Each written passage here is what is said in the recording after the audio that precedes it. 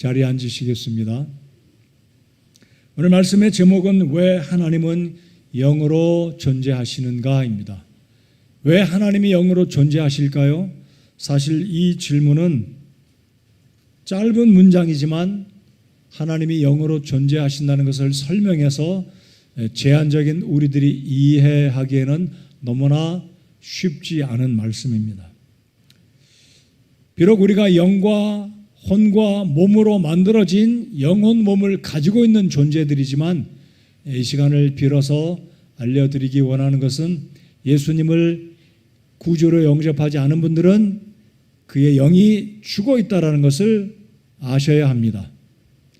호흡하고 살아있는 것은 몸이지 생각할 수 있는 혼이지 영은 죽었다는 것을 아직 예수님을 믿지 않는 분들은 깨닫게 되시기 바랍니다. 그렇기 때문에 성경을 읽어도 감동이 없고 하나님이 살아계심이 믿겨지지 않는 이유는 통하지 않기 때문입니다. 내 속에 영이 살아있지 못하기 때문에, 또 다른 의미로 하나님의 성령이 내 속에 들어와 계시지 않기 때문에 영이신 그 하나님과 교류가 일어나지 않는다라는 것입니다. 자, 그래서 오늘은 어려운 이야기이겠지만 하나님이 영이시다라는 것을 말씀을 드리고요. 그리고 다음 주에는 영이신이 하나님이 원하시는 예배는 어떤 예배인지 요한복음 4장 24절에 있는 말씀을 다음 주에 다시 살펴보기 원합니다. 여러분, 우측에 보시면 우리 교회 2025년도 표어가 무엇입니까? 처음 사랑을 회복하는 해. 회복이란 말은 정상적인 상태에 있지 않다는 게 전제입니다. 아마 여러분과 저 우리 스스로를 살펴보면 정말 내가 하나님을 사랑하는가, 회복되지 않아도 나는 정상에 정말 100점, 10점 최고의 점수로 하나님을 사랑하고 있다라고 스스로 평가하실 때 나 만족한다, 10점짜리 또는 100점짜리다라고 생각할 수 있는 분은 누구일까요? 그렇기 때문에 우리 모두는 회복이 되어야 하는데요. 이 하나님을 사랑하는 회복은 예배의 관건이다. 예배와 연관되어 있다라고 저는 믿습니다. 그래서 예배를 정성으로 다 잘 드리는 성도는 성숙한 성도이고 하나님을 사랑하는 성도다라고 믿습니다. 그렇다면 오늘 오후에 아니면 오전 예배를 마치고 전도회별로 모여서 교제하실 텐데 우리는 하나님을 어떻게 예배하고 있는지 오늘 다시 한번 생각하고 돌아보는 저와 여러분이 되시기 바랍니다. 우리 옆에 사람에게 그렇게 한번 이야기해 보실까요? 고개를 드시고 눈을 감지 마시고 나는 예배자입니다. 서로 옆에 사람에게 이야기해 봅시다. 나는 예배자입니다. 네. 혼자 계신 분은 건너편에 있는 분에게 눈으로라도 나는 예배자입니다라고 인사하시기 바랍니다. 여러분 정말 예배자이신가요? 여러분, 예배라는 것은 주일날 11시에 9시에 공적인 예배, 우리 교회는 주일날 예배가 3번이지 않습니까? 9시, 11시 그리고 2시 반. 이것은 성서 침례교회가 공적으로 예배 드리는 공적인 예배, 우리 모두의 예배, 이 교회에 속한 회원들이 함께 모여서 참석해야만 하는 예배입니다. 그러나 개인적인 예배는 특정한 시간과 장소가 정해져 있지 않습니다. 여러분이 가정이든 일터든 길을 걸으면서든 운전하면서든 하나님께 예배할 수가 있습니다. 그러나 공적인 예배는 다 함께 모여서 정해진 시간에 여러분이 이 교회 회원이라면 회원으로서 공적인 예배에 참여해서 우리 주님을 높여드리는 그것에 우리가 함께 해야 하는 것입니다. 그래서 나는 예배자입니다. 이것이 여름 수양회 주제인데 여름 수양회를 앞두고 예배에 대해서 다시 한번 생각하고 예배가 회복되어지기 바라서 오늘과 다음 주에 이 말씀을 전하게 되겠습니다. 예배자로 살아간다는 것. 자, 그 앞서서 24절을 다시 한번 보시겠습니다. 24절. 하나님은 영이시니 명제입니다. 짧은 문장이지만 이 진리는 정확하게 글자로 표현된 우리 하나님이 어떤 분이신지 명제로 바뀌어질 수 없는 진리와 사실을 문장으로 표현한 명제적 진리입니다. 바뀌어질 수도 없고 바뀌어지지도 않을 것입니다. 왜입니까? 하나님은 영으로 존재하시는 분이시기 때문에 사실입니다. 자, 그런데 하나님은 영이시기 때문에 그분께 경배하는 자들은, 그분께 예배를 드리는 사람들은 어떤 자세로 예배를 드려야 하는지 말씀하십니다.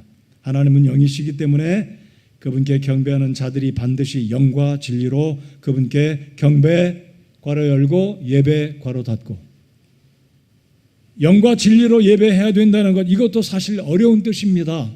영이라는 게 뭘까? 진리로 예배한다는 게 뭘까? 다음 주에 말씀을 드리기로 하겠고요. 오늘은 하나님은 영이시다라는 대전제, 명제적 진리가 어떤 의미인지 말씀을 드려보겠습니다.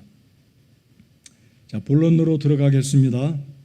오늘은 설교 대제의 크게 두 가지 측면에서, 첫 번째, 하나님은 왜 영으로 존재하시는가? 두 번째는 설교 후반부에 이 하나님이 영으로 존재하시기 때문에 우리는 예배의 태도를 바꿔야 된다라는 측면으로 살펴보겠습니다. 자, 먼저 하나님은 왜 영으로 존재하시는가? 자, 오늘 말씀해 보시면 하나님은 영이시니, 영어로 짧게 말씀드리면 God is Spirit. 간단합니다. 하나님은 영이시니. 네, 헬라어 원문에는 영이신 하나님, 푸뉴마 호 데오스, 정관사가 앞에 붙어서 호 데오스, 푸뉴마 호 데오스, 영이신 하나님. 네, 영어나 한글은 하나님은 영이시니, God is Spirit. 여러분, 우리는 영이라고 말할 수 없습니다. 왜냐하면 몸이 있기 때문에요. 그러나 우리 속에는 말씀드렸듯이 영도 있고 혼도 있습니다. 그래서 사람은 하나님의 형상을 닮아 지음받은 영과 혼과 몸의 존재입니다. 세계니까 하나님보다 뛰어나겠습니까? 그렇지는 않습니다. 하나님이 절대자이신데, 자, 왜 하나님은 영으로 존재하시는지 이 의미를 오늘 좀 깊이 있게 생각해 보고자 합니다. 자, 우리가 말하기를 2차원, 3차원, 4차원 이야기를 합니다. 일반적으로 사람은 3차원의 공간 속에 삽니다. 수학적인 공식으로 말씀드리면 X, Y, Z 많이 보셨을 거예요. 높이와 넓이와 길이 곱하면 이 3차원의 세계에 살고 있는 수학을 기초로 이 삶의 원리가 우리 숫자적으로 풀어지는 게 수학의 원리이자 물리학인데요. 우리가 살고 있는 이 공간은 선과 면과 입체적 공간이 만나는 이 속에서 우리는 살아요. 이 속에서 떠날 수도 없고 이것과 상관없이 살 수 있는 사람은 아무도 없습니다. 근데 아인슈타인이 상대성 원리 이런 4차원의 존재다라고 이야기해서 선과 입체와 공간에 하나를 더 플러스해서 사람도 4차원적인 존재다라고 이야기하는데, 그 네 번째 또 다른 하나는 시간이라는 개념을 세계 XYG 선과 면과 공간에 플러스해서 4차원적인 공간에 살고 있다, 4차원 존재다라고 이야기합니다. 자, 그 하나는 뭐냐면 시간입니다. 여러분, 우리 시간과 연관 없이 살 수 있는 사람 있나요? 우리는 태어난 시간이 있습니다. 태어나지 않았다면 존재하지 않습니다. 그 말은 시간과 우리는 불가분의 관계입니다. 그런데 하나님은 시간을 만드신 분이시지만 시간 위에 계시고 시간과 연관 없으신 분이십니다. 여러분, 하나님은 영원부터 영원까지 계시는 분인 줄 믿으십니까? 여러분, 창세기로 거슬러 올라가면 하나님이 시간을 창조하신 경점이 있으십니다. 우주를 만물을 만드신, 태양을 만드신, 여러분, 태양이 존재한다는 의미는 다른 말씀으로 시간이 출발됐다, 그것입니다. 근데 우리 하나님은 시간을 만드셨기에 시간과 상관없이 시간의 영향을 받지 않으시는 영원부터 영원까지 계시는 분이십니다. 자, 그 의미는 하나님은 3차원적인 존재도 아니고 4차원 존재도 아니고 이 모든 것을 초월하시는 영으로 존재하시는 분이다. 굉장히 어려운 이야기입니다. 지식적으로는 논리적으로는 그런 것 같은데 어렵습니다. 왜냐하면 우리는 그런 능력도 없고 지음받은 존재이기 때문에 소학적으로, 물리적으로, 산술적으로, 지식적으로는 이해가 갈 것 같지만 사실은 너무나 어려운 이야기입니다. 영으로 존재하시는 하나님이십니다.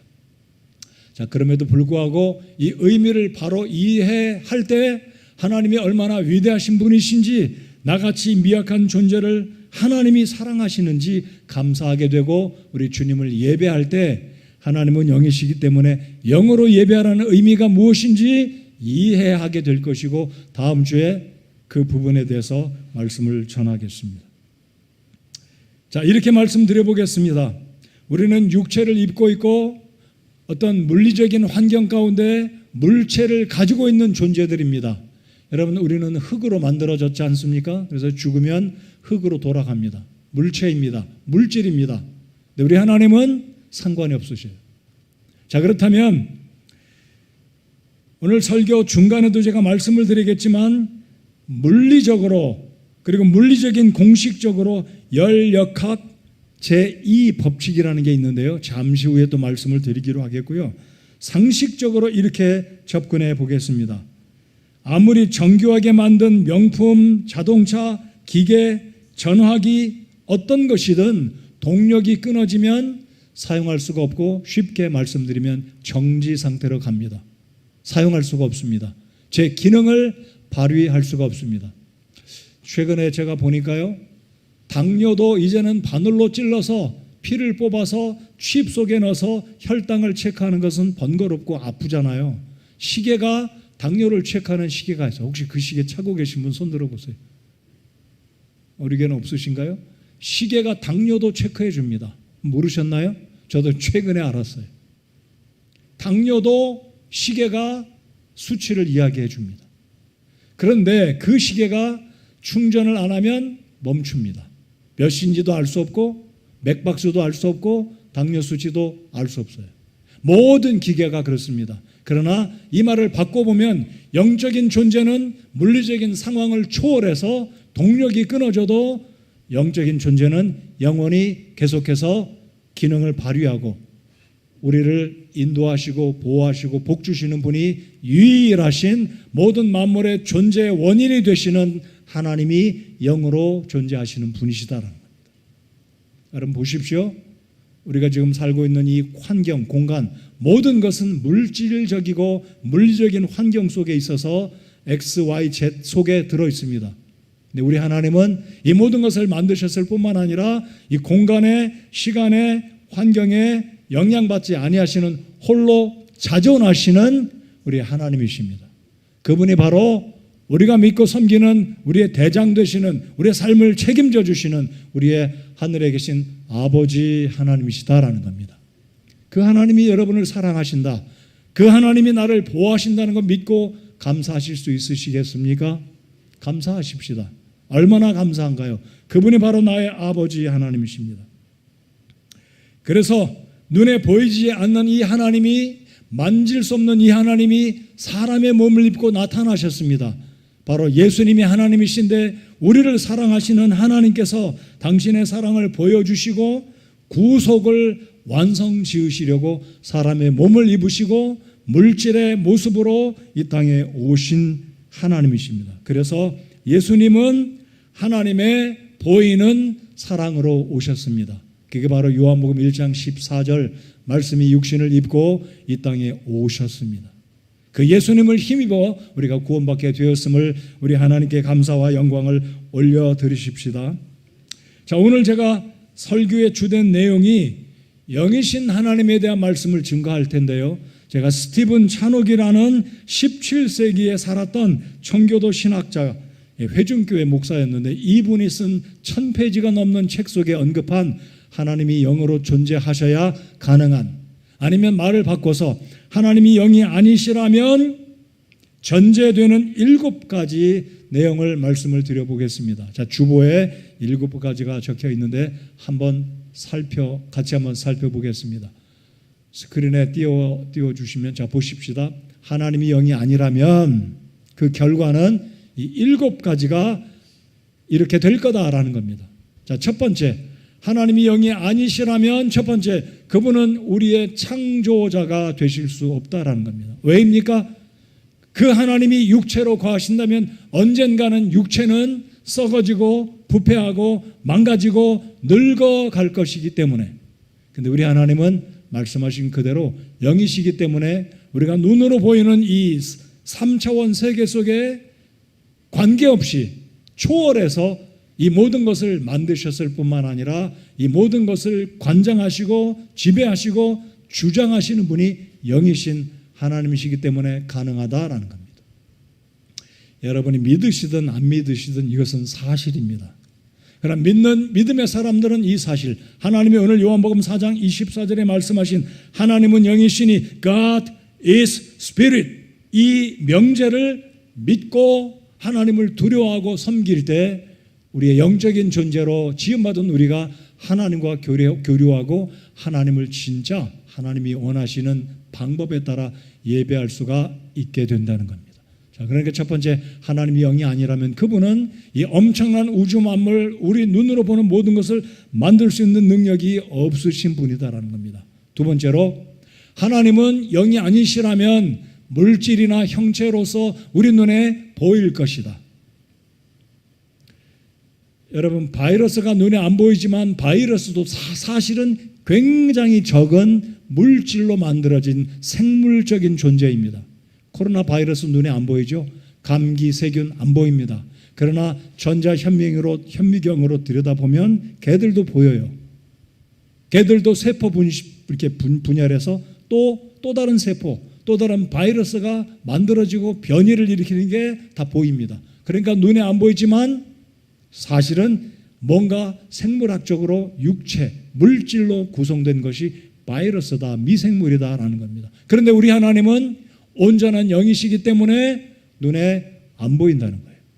세 번째, 자, 우리 하나님이 영이시기 때문에 그분은 무한하시다.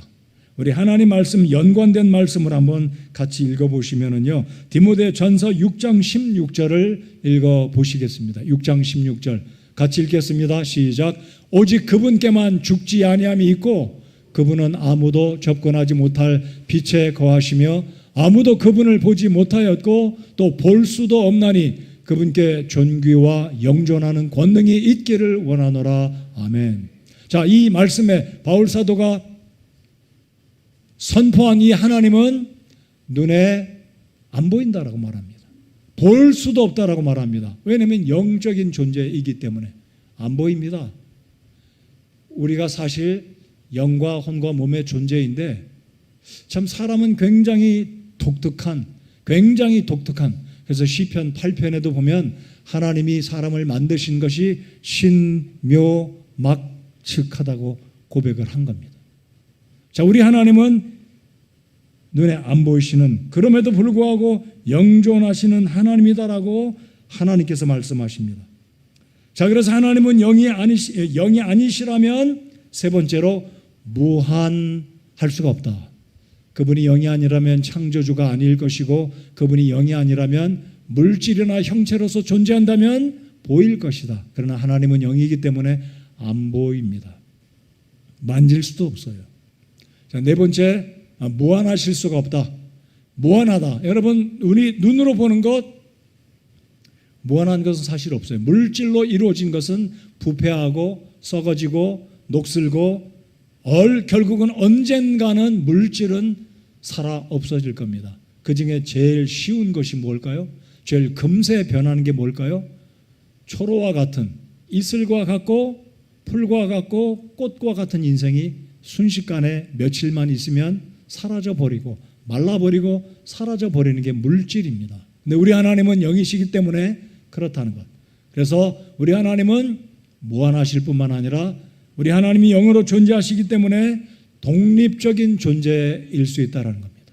그 어떤 영향력도 우리 하나님을 변화시킬 수가 없다. 하나님 자체에 어떤 영향력을 끼칠 수가 없다는 것입니다. 그러므로 우리 하나님은 자존하시고 지고 무상하신, 스스로 존재하시는 위대하신 하나님이십니다.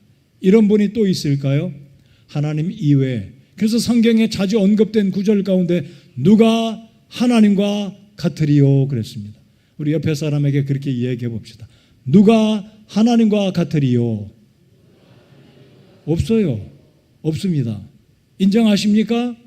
하나님 같으신 분이 하나님 이외에는 없습니다. 오직 하나님만이 하나님 되시기에 찬양과 영광을 받으시기에 합당하신 우리 아버지 하나님이십니다. 자, 이제 역대하기 2장 6절에서 우리 하나님을 어떻게 표현하고 있는지 다윗의 고백을 들어보실까요? 역대하 2장 6절입니다. 자, 읽어보시겠습니다. 여러분, 성경은 과학책이 아니지만 굉장히 과학적입니다. 자, 읽겠습니다. 시작. 그러나 하늘과 하늘들의 하늘이라도 그분을 품지 못하겠거늘 누가 능히 그분을 위해 집을 건축하리요. 그런즉 내가 누구이기에 능히 그분을 위해 집을 건축하리요. 오직 그분 앞에 희생물을 태우려 할 따름이니이다. 다윗의 고백입니다.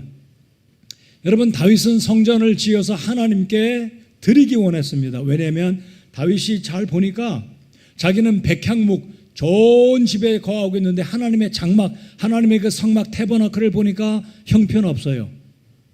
멋지지도 않고 수달의 가죽으로 거무튀튀한 그걸 보니까 하나님 앞에 죄송스러워서 하나님, 제가 하나님이 거할 성전을 지어 드리겠습니다. 그럴 때 하나님 말씀하시는 이 의미, 그 배경이 이 구절입니다.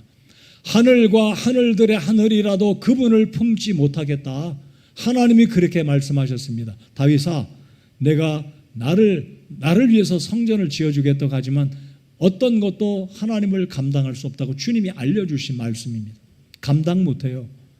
하나님 영이시기 때문에. 여러분, 여기 하늘들이라고 그러잖아요. 제가 방금 말씀드리기를 성경은 과학책이 아니지만 과학적입니다. 하늘들이 있어요.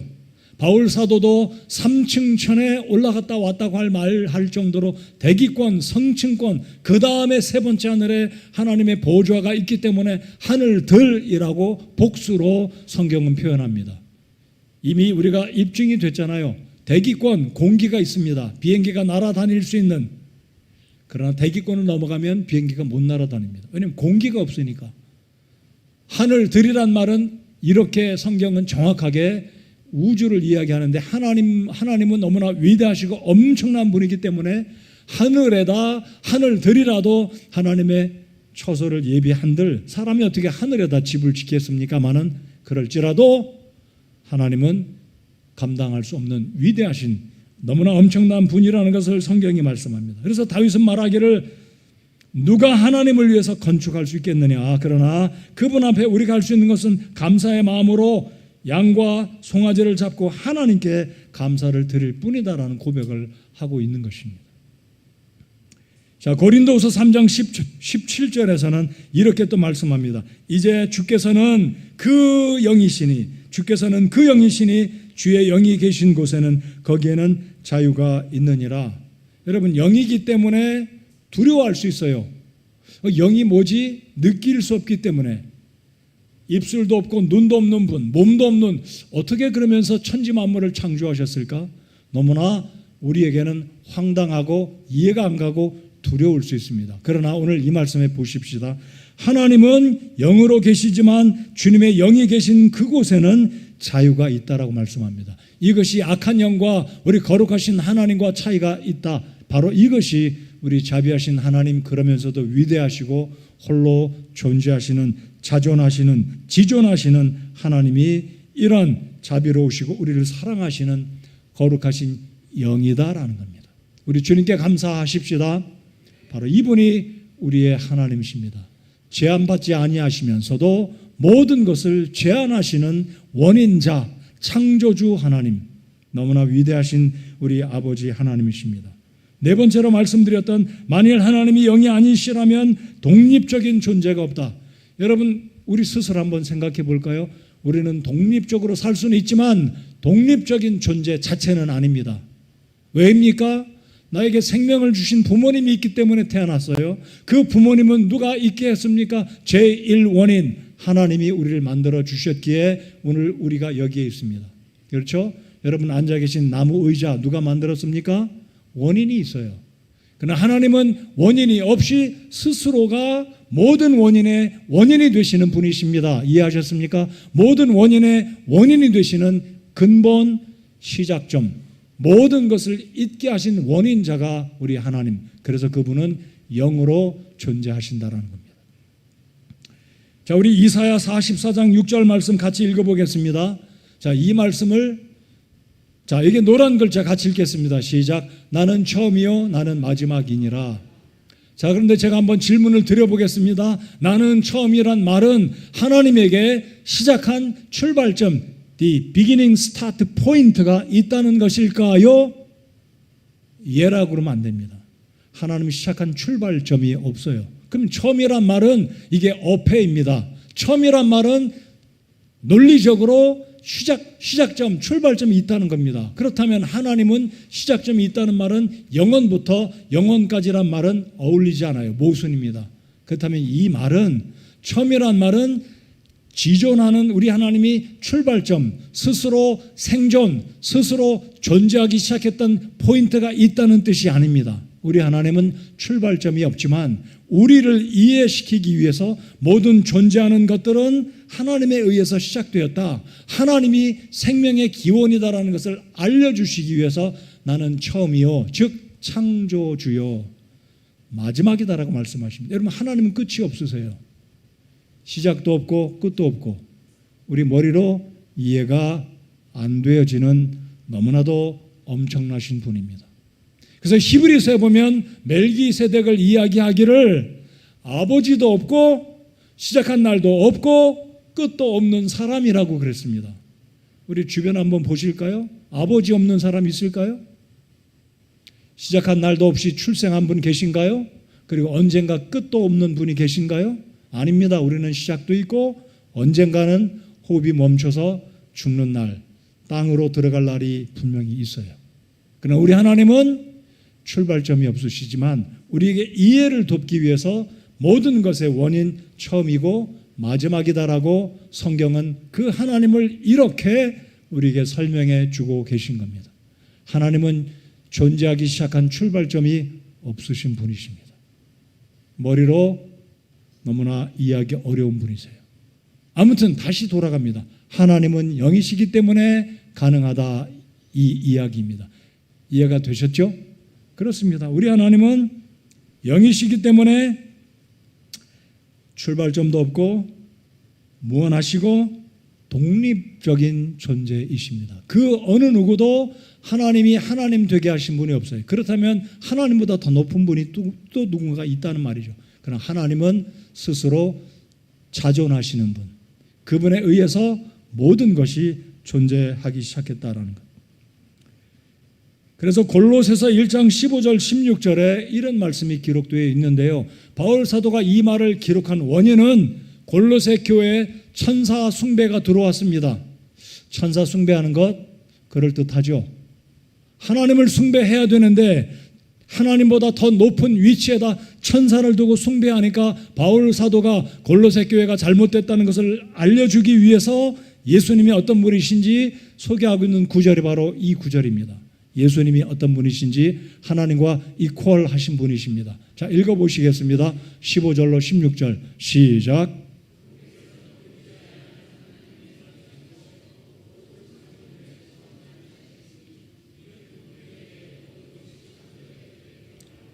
하늘에 있는 것들과 땅에 있는 것들, 보이는 것들과 보이지 아니하는 것들, 곧 왕좌들이나 통치들이나 정사들이나 권능들이나 모든 것이 그분에 의해 창조되고 그분을 위하여 창조되었노라.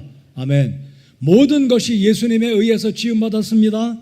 모든 것이 그분을 위해서 만들어졌습니다. 다른 말씀드리면 모든 것이 주님을 위해서 존재해야 한다라는 말씀입니다. 근데 골로새 교회는 잘못 알고 천사를 숭배했습니다. 여기 말씀 보시면 보이는 것들, 물리적인 환경, XY, Z 속에 존재하는 모든 것들입니다. 자연세계, 영적인 세계. 자, 그런데 여기에 왕좌들이나 세상의 정권자들이죠. 통치들이나 세상 정부의 지도자들입니다. 그 다음에 정사들이나, 여기 정사는 영적인 세계 천사들을 의미합니다. 두 가지 측면으로 선한 천사들과 현재 이 세상의 정권을 갖고 있는 타락한 천사, 사탄을 의미합니다. 정사들은 타락한 천사가 세상을 통치하는 그 권력을 여기에서 이 구절에서 말씀합니다. 다시 말씀드리면 사탄이 됐든 타락한 천사들이든 선한 천사들이든 사람들이든 대통령이든 세상의 왕이든 모든 사람들은 하나님에 의해 예수님에 의해 지음받았고 예수님을 위해서 존재하고 있다라는 것을 바울 사도가 골로새서 1장에서 말씀합니다. 자, 그렇다면 지금 현존하는 온 세상의 모든 사람들, 모든 조직들, 모든 기관들, 모든 능력들, 권세들은 하나님을 위해서 존재하고 있다라는 것을 성경은 말씀합니다. 왜요? 영이신 하나님이 이 모든 것을 질서 있게 만드셨고 원인자로 시작하셨기 때문이다라는 겁니다. 자, 말라기 3장 6절 말씀 우리 같이 한번 읽어보시면서 하나님은 영으로 존재하시는 측면의 의미를 또 살펴보겠습니다. 자, 말라기 3장 6절 읽어보겠습니다. 시작. 나는 주라 변치 아니하나니 그러므로 너희 야곱의 아들들이 소멸되지 아니하였느니라. 여러분, 사람과 하나님의 여러 가지 차이 중에 하나는 하나님은 절대로 불변하신다라는 겁니다. 다양한 측면에서 하나님 변하지 않으십니다. 하나님의 성품, 하나님의 능력, 하나님의 속성 절대로 바뀌지 않습니다. 그러나 우리는 어떻습니까? 우리는 바뀝니다. 성격도 바뀌어요. 인품도 바뀝니다. 쉽게 말씀드리면 이랬다 어떻다고요? 저랬다. 아침에 3시였던 게 저녁에 되면 4, 조삼모사입니다. 변덕스럽습니다. 늙습니다. 젊었을 때는 키가 170이던 사람이 나이가 드니까 키 재보면 168로 줄어듭니다. 키도 줄어요. 말도 바뀌어요. 성품도 바뀝니다. 이랬다 저랬다 합니다. 능력도 바뀌어집니다. 젊었을 땐 능력이 있어도 나이 들면 능력도 없어요. 변합니다. 성격이 바뀌는 것은 참 고약하겠죠. 이랬다 저랬다. 근데 우리 하나님은 일관하십니다. 여러분, 우리 하나님은 여러분과 저에게 약속하신 성경의 약속들을 바꾸지 않으시는 일관하시는 불변의 하나님이심을 믿고 찬양하고 감사드리십시다. 우리 하나님은 안 바뀌세요. 여러분, 말라기 3장 6절 말씀 믿으십니까? 나는 주라 변치 아니하나니. 이 말씀 자체도 안 바뀌어집니다. 100년 전이나 100년이 지난 후나 절대로 바뀌어지지 않습니다. 만일 하나님이 바뀌어진다면 우리는 상당한 위험 가운데 놓일 것입니다. 우리의 구원이 바뀌어질 수 있을 것이고, 하나님이 우리에게 약속하신 사실이 바뀌어진다면 우리는 하나님께 속임당할 수가 있다는 겁니다. 여러분, 하나님 우리 속인다고 생각하시면 얼마나 쉽겠습니까? 그럼 우리 하나님은 절대로 우리를 속이지 아니하시고 무엇을 말씀하셨든지 그대로 약속을 이루시는 신실하신 하나님이심을 믿으십니까? 아멘 합시다. 절대로 안 바뀌시는 하나님. 자, 그 다음 구절도 한번 읽어보실까요? 민수기 23장 19절. 여러분, 이 말씀을 찰떡같이 믿고 우리 하나님께 감사하시기 바랍니다. 찰떡같이 믿으십시다. 자, 읽겠습니다. 시작. 하나님은 사람이 아니시니 거짓말하지 아니하시고 사람의 아들이 아니시니 뜻을 돌이키지 아니하시는도다. 그분께서 말씀하셨은즉 그것을 행하지 아니하시리요. 그분께서 이루셨은즉 그것을 실행하지 아니하시리요. 대답은 예스. 대답은 그렇다. 아멘이다라는 겁니다. 우리 하나님은 절대로 속이지 아니하시는 신실하시고 공의로우신 하나님이심을 믿습니다. 저는 그렇지 못해요. 여러분은, 우리 모두는 그렇지 못합니다.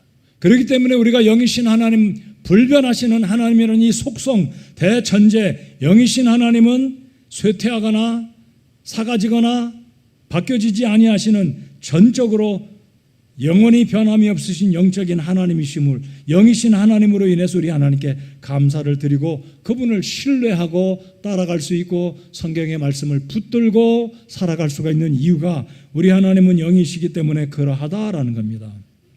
제가 아까 말씀드렸던 물리학에서 말하는 열역학 제2법칙을 잠깐 말씀드려 보겠습니다. 열역학 제2법칙은 쉽게 말씀드리면 이런 논리이고 이런 이론입니다. 열은 뜨거운 데서 더운 데서 차가운 곳으로 흘러간다. 이게 열역학 법칙의 제2법칙입니다. 이것은 여러분이 느끼실 거예요. 뜨거운 바람이 위로 가는 것, 불을 피우면 불이 밑으로 내려가는 게 아니라 불길이 위로 올라간다는 것, 열역학 제2법칙인데요. 이 법칙 때문에 물체로 된 모든 것은 늙고 식어지고 망가지고 녹슬고 부서지고 영존하지 못합니다. 이것은 하나님이 정하신 물질을 입고 있는 이 만물 세계에 하나님이 정하신 자연 법칙입니다. 그것을 멋지게 물리학적인 표현으로 멋지게 표현한 것이 열역학 제2법칙입니다. 사람도 물체입니다. 물질입니다. 늙어요. 약해집니다. 밥 제대로 안 먹고 영양 제대로 섭취 안 하면 더 약해집니다. 여러분, 사람이 20세 또는 18세, 19세를 정점으로 미토콘드리아 세포 분열이 멈추기 시작합니다. 면역력이 약해져요. 이건 이미 과학적으로, 생명학적으로, 생명공학적으로 이미 발견된 이론입니다. 미토콘드리아가 우리 몸속에서 세포 분열을 멈추면 면역력이 떨어지고 새로운 세포가 나와야 피부도, 심줄도, 근육도, 머리카락도, 저 머리카락 만지면 머리카락이 얼마나 얇은지 모르겠어요. 다 똑같아요. 물질로 이루어진 모든 존재는 사람이건 자연이건 모든 것은 후퇴한다. 이건 막을 수가 없어요. 결국 하나님은 영이시기 때문에 우리 하나님은 불변하신다는 원리가 맞는다라는 거예요. 물질이 아니기 때문에. 그래서 우리 하나님이 놀라우신 분이십니다. 믿으십니까? 그래서 우리 하나님이 우리를 붙들어 주시고 우주 만물을 운행하시고 섭리 가운데 지키시고 하나님이 성경에 약속하신 그대로를 때가 되면 이루실 것입니다. 그래서 우리로 하여금 썩어 없어질 이 세상에 그냥 두지 아니하시고 구원받은 하나님의 자녀들은 눈물과 슬픔과 죽음과 아픔이 없는, 질병이 없는 이 세상이 아니라 천국으로 들어가 영원히 살 수 있는 놀라운 장소에, 그 장소는 어떤 장소인지 성경 요한계시록에 기록됐지만 우리가 이해할 수 없는 상당히 놀라운 장소인데 그곳에 들어가서 영원히 주와 더불어 살게 될 것입니다. 자, 여섯 번째, 우리 하나님이 영이 아니시라면 하나님은 무소부재하는 게 불가능하다 이겁니다. 자, 무소부재 어려운 말이죠.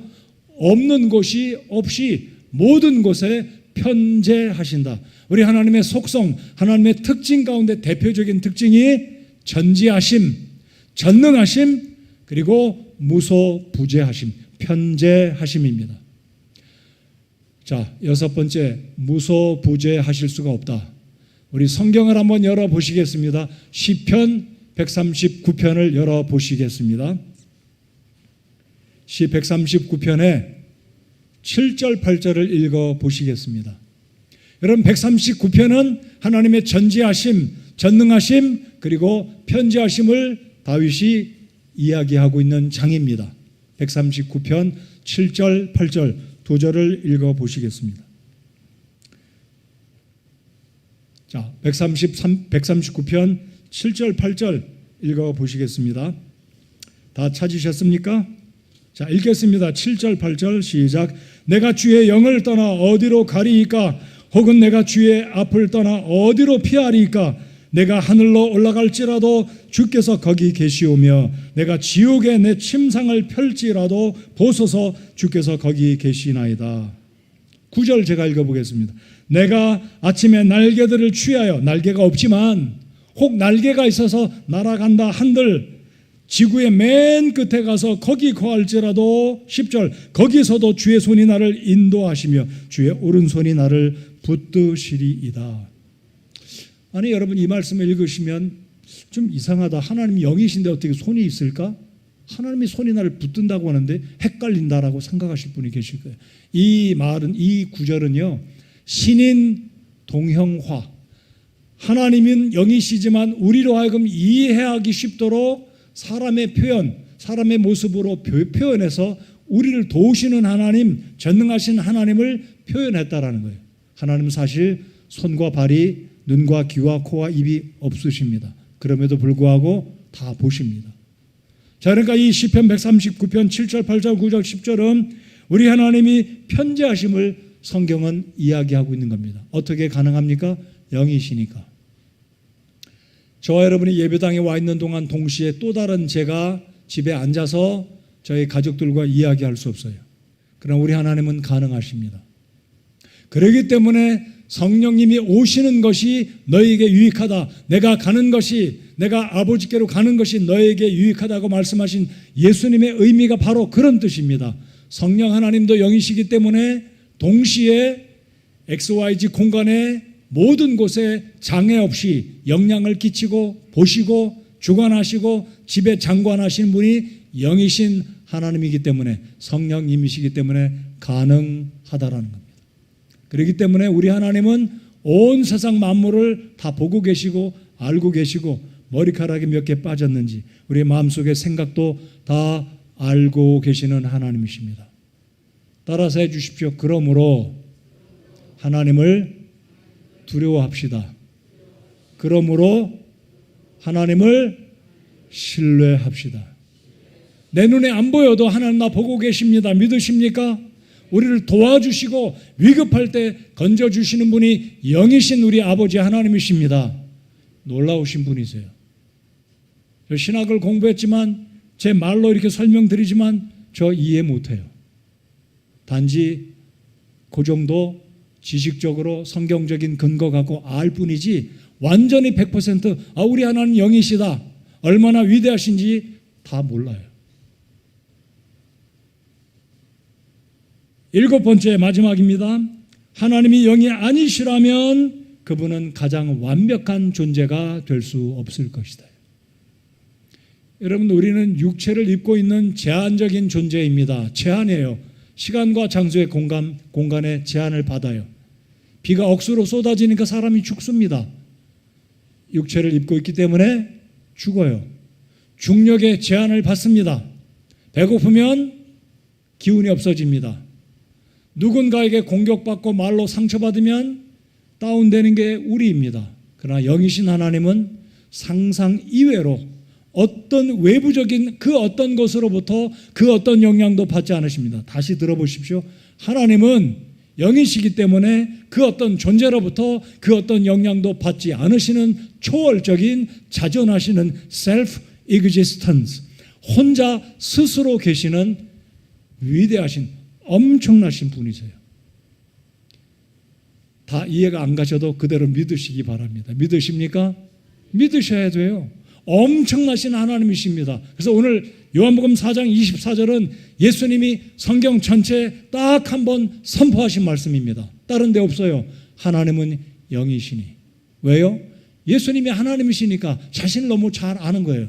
그럼에도 불구하고 예수님은 저와 여러분을 사랑하셔서 이 사랑을 보여주시려고 사람의 몸을 입고 종의 형체로 낮아져서 오신 겁니다.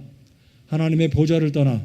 그러므로 감사하십시다. 우리 주님께 감사하고 예배를 받으시기 합당한 이유가 바로 그 점입니다. 영이신 하나님이 사람의 몸을 입고 제한적인 사람의 몸으로 그런 환경 가운데 자신을 낮아진 위치로 우리를 구원하러 오신 겁니다. 자, 이제 요한복음 4장으로 돌아가서 조금 여러분에게 이해하기 쉽도록 왜 예수님이 사마리아성 수가성 여인에게 예수님이 하나님이시면서도 불구하고 하나님은 영이다라고 설명하셨는지 이제 좀 납득이 가시도록 요한복음 4장의 상황을 설명드리겠습니다. 자, 파워포인트 사진을 좀 올려주십시오. 자, 예수님이 이 여인을 구원시키려고 사마리아 성에 살고 있는 한 여인, 근데 이 여인은 이미 남편이 5명이나 있었습니다. 지금 살고 있는 사람도 남편이 아니라 여차하면 헤어질 수 있는 그런 상황에 살고 있는 상황의 여인이었습니다. 자, 이 여자가 살고 있는 곳은, 자, 이 포인트가 좀 나올 수 있도록 도와주시기 바랍니다. 자, 앞으로 가게 해서, 자, 여기 보시면, 자, 그리심산 보이시죠?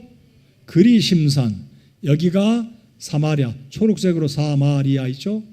여기가 사마리아 구역이라면 요 밑으로 내려오면 예루살렘, 여기는 유다 구역입니다. 유다 지파가 살고 있는 남왕국, 그리고 이스라엘 백성들은 유다 구역과 사마리아 구역과 북쪽으로 올라가면 갈릴리 구역, 주로 세 구역에 살았습니다. 중심으로 요단강을 기점으로 세 곳에 유다 구역, 사마리아 구역, 갈릴리 구역. 우리 한국으로 표현하면 성동구, 중구, 동구, 강동구, 그처럼 이스라엘 땅이 크지 않기 때문에 갈릴리 구역, 사마리아 구역, 유다 구역. 자, 그런데 이 여자는 어디에 살고 있었다고요? 사마리아. 샌드위치처럼 갈릴리아 지역과 유다 지역에 껴 있었습니다. 근데 이 지역에 살고 있던 사람들은 사람 취급받지 못했습니다. 왜일까요? 개 취급받았습니다. 말 대상도 이스라엘 사람들은 사마리아 사람들과 말도 섞지 않았습니다. 이 사람들이 어떤 약점이 있었기 때문인가요? 자, 역사적인 배경을 잠깐 빨리 말씀드려 보겠습니다. 자, 이스라엘 나라가 솔로몬이 잘못 정치를 하다 보니까 10지파가 우리 솔로몬의 통치 속에 세금 내고 못 살겠다 해서 나라를 분리하고 북쪽으로 갔는데 10지파가 북쪽으로 갔습니다. 이 10지파가 우상을 숭배하다가 하나님의 진노를 입어서 아수르에 의해서 주전 722년에 멸망을 당했습니다. 근데 살만 에셀이라는 사람은 굉장히 머리가 좋아서 정치적으로 이스라엘 백성들을 흩어놓았고 이방 사람들과 결혼을 시켜버렸어요. 그렇게 해야 이스라엘의 민족의 정체성이 없어지기 때문에. 그래서 북왕국은 멸망당하고 10지파가 다 흩어졌습니다. 외국 사람과 결혼합니다. 근데 남왕국도 정신 못 차리고 회개를 해야 되는데 남왕국도 회개하지 않고 여전히 우상 숭배하기 때문에 결국은 북왕국이 멸망한 이후에 주전 586년에 남왕국도 멸망당했습니다. 그런데 우리 하나님이 남왕국에게는 특별한 은혜를 주셨는데 유다 민족은 돌아오게 하셨습니다. 혈통을 지키게 하셨습니다. 왜일까요?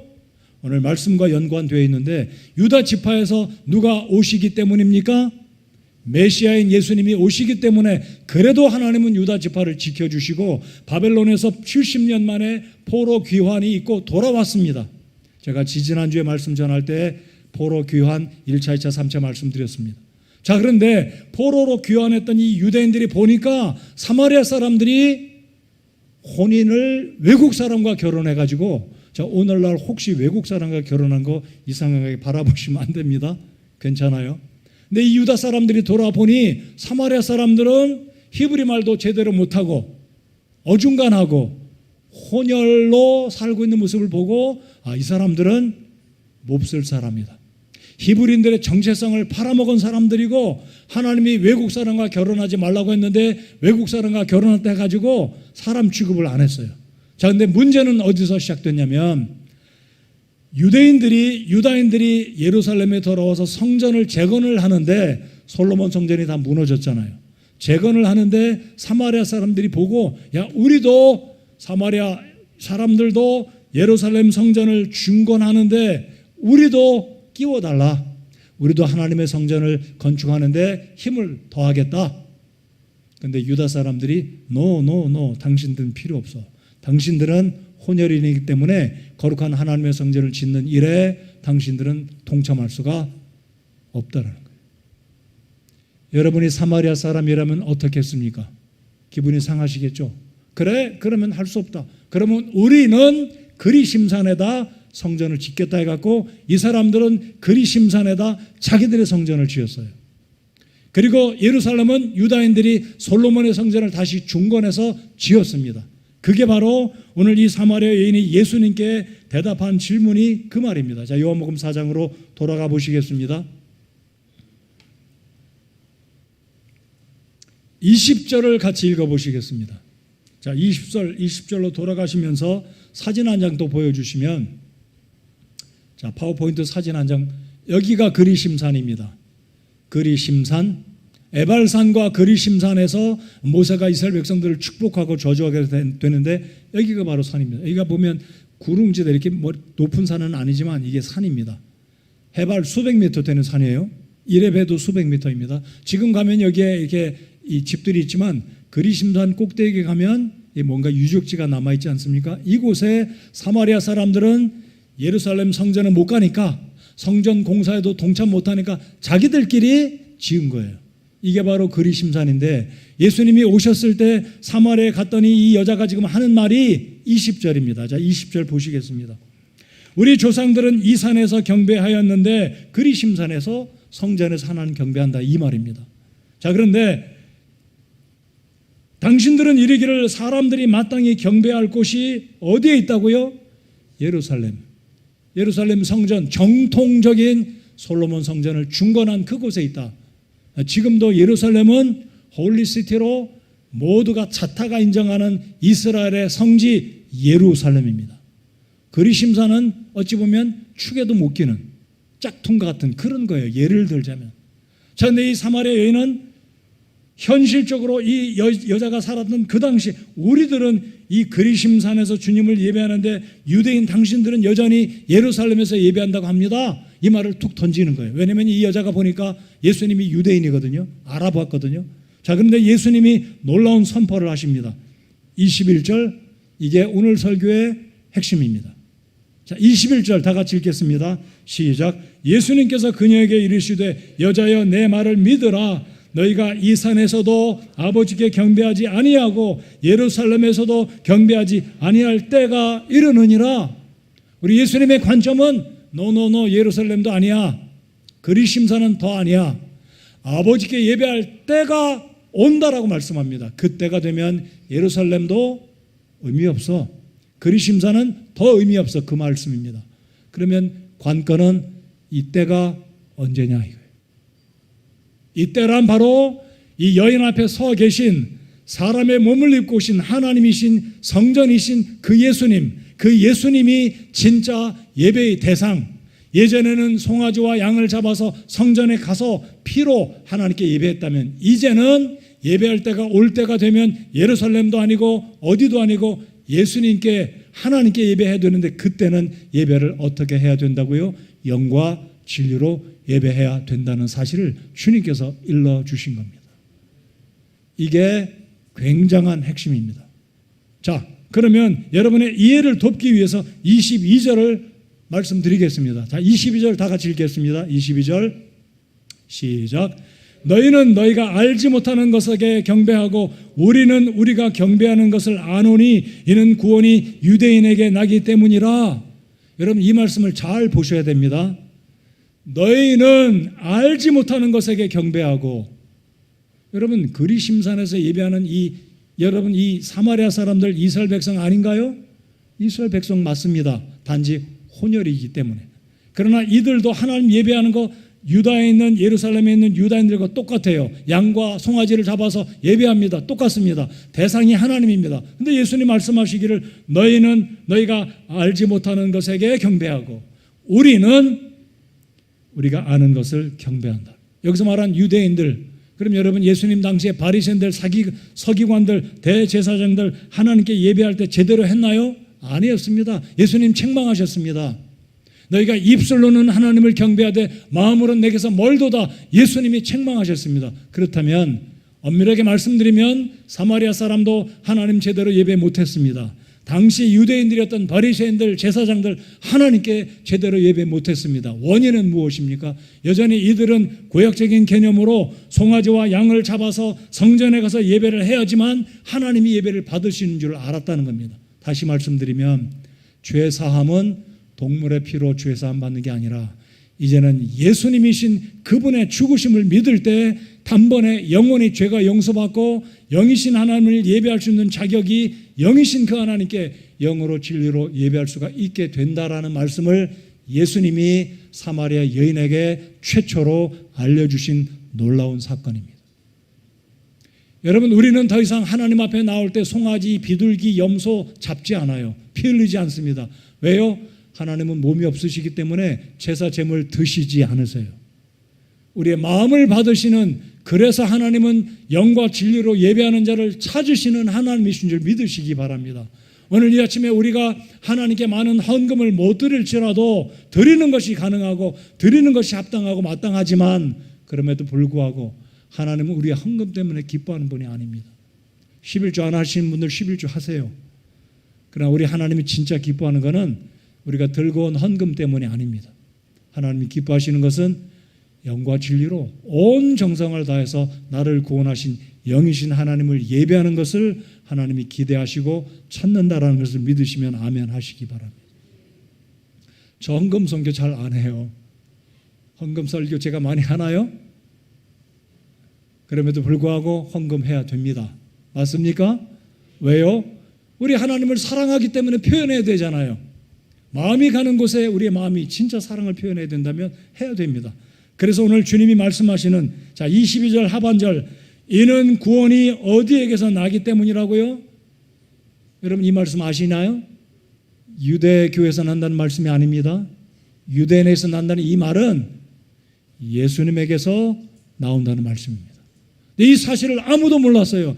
이는 구원이 누구에게서 나온다고요? 다윗의 후손이신 예수님의 후손이 다윗의 후손이신 예수님이 우리 구원의 근거다. 예수님이 구약에는 동물의 피로 우리들을 구원하신 구약적인 방법이라면 이제 예수님이 오신 이때 하나님을 예배하는 때가 오나니 이 때는 바로 이 여인 앞에 서 계신 사람의 몸을 입고 오신 예수님이 진짜 우리의 예배의 대상이시고 이분으로 말미암아 우리가 구원받는다는 놀라운 복음을 비로소 예수님이 증거해 주신 것입니다. 자, 26절 다 같이 읽겠습니다. 이 말씀을 읽고 오늘 말씀을 이제 마무리 짓습니다. 자, 26절 다 같이 읽겠습니다. 시작. 예수님께서 그녀에게 이르시되 내게 말하고 있는 내가 그니라 하시니라. 내가 그니라. 진짜 예배할 때가 온다는 말은 너 앞에 있는 내가 바로 예배의 대상자요, 내가 바로 구원의 주다라는 사실. 송아지나 염소의 피가 아니라 내가 하나님께 희생대물을 제물을 드렸기 때문에 단번에 영원히 모든 사람들의 죄를 용서한 예배의 대상자, 내가 바로 예배의 대상자이신 몸을 입고 온 하나님이시다라는 결정적인 말씀을 내가 그니라. 바로 내가 예배할 때가 오면 예루살렘도 아니고 미국도 아니고 소련도 아니고 바로 있는 그곳에서 우리 하나님을 영과 진리로 예배할 것을 우리 주님이 알려주신 사실입니다. 놀랍지 않으십니까? 이해가 되셨으리라 믿습니다. 믿으십니까? 네. 자, 이제 말씀의 결론으로 우리 예수님이 하신 이 말씀은 호세아 6장 6절과 연관이 있습니다. 호세아 6장 6절 나는 긍휼을 원하고 희생물을 원치 아니하며 번제 헌물보다 하나님 아는 것을 더 원하였으나 하나님을 알기 원하세요. 희생제물 100가지 1000가지 드려도 하나님을 모르고 성의로 온 마음을 다해서 예배하지 않으면 의미가 없다라는 것입니다. 하나님이 기뻐 받으시지 않으시기 때문입니다. 자, 우리 히브리서 9장 12절 한 구절 말씀 읽어보시겠습니다. 히브리서 9장 12절. 이 말씀이 성경 전체의 복음의 말씀을 요약해서 표현된 한 구절입니다. 지금까지 사마리아 여인이 잘못 알고 있었던 것을 표현한 말씀으로도 이해할 수가 있는 것입니다. 히브리서 9장 12절 함께 읽겠습니다. 시작. 염소와 송아지의 피가 아니라 자기 피를 힘입어 단 한 번 거룩한 곳에 들어가사 우리를 위하여 영원한 구속을 얻으셨느니라. 아멘. 솔로몬 성전에서 구약의 많은 사람들은 하나님께 나와 제사를 드렸습니다. 그 성전이 아니다, 예루살렘도 아니고 그리심산도 아니고 그 어디라고 말씀하신 이유가 바로 이겁니다.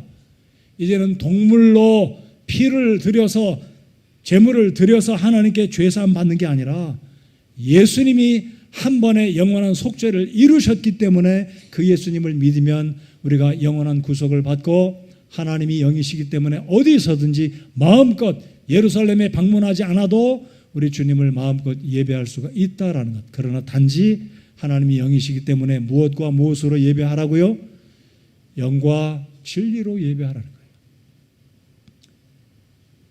그러므로 죄 용서받고 구원 얻는 것은 고약적인 방법으로 구원받을 수가 없습니다. 동물의 피로 구원받을 수가 없습니다. 그것은 일시적이고 하나님께서 이스라엘 백성들을 통해 과거에 온 세상 모든 사람들에게 구원 얻는 방법이 피의 속죄다라는 것을 보여주신 과정이고 샘플이고 상징이고 예표였지, 이 시대에는 이미 돌아가신 우리의 죄를 담당하신 예수님의 보혈을 믿고 의지해서 구원받는다라는 것이 아버지께 예배할 때가 오나니 곧 이때라. 예수님을 믿어야 구원받게 된다는 사실을 주님이 말씀하셨습니다. 자, 말씀의 결론입니다. 우리 사람은 영적인 존재이자 영혼과 몸을 가지고 있는 굉장히 독특하게 하나님이 만들어 주셨습니다. 근데 이 죽었던 영이 살아날 수 있는 유일한 비결은 예수님을 믿고 구원받아야 영적인 아버지와 내 영이 살아나서 교류가 일어나고 교감이 일어나고 교제케 될 수 있는 것입니다. 여러분 구원받으셨습니까?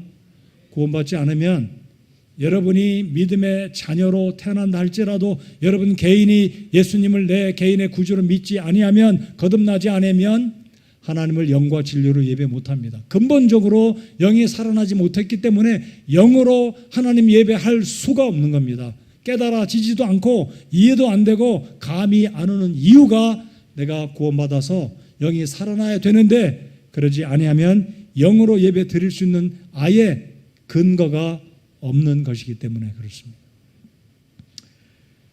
구약은 신약의 그림자이고 신약은 구약의 본체입니다. 오늘 구원받지 않은 분들 구원받기 바라고 이제 구원받은 우리 성도 여러분들 영이신 하나님께서 내 영을 살게 하셨고 주님 안에서 일으켜 주셨으니 우리 주님을 예배할 때 온 정성을 다해 그 귀하신 하나님, 위대하신 하나님, 영이신 하나님을 정성을 다해서 예배 드리는 그래서 하나님의 기쁨을 입는 그리고 하나님이 우리에게 주시고자 하는 모든 축복들을 받아 누리면서 풍성한 삶을 살아가는 저와 여러분이 되시기를 바랍니다. 우리 함께 일어나서 찬송하겠습니다.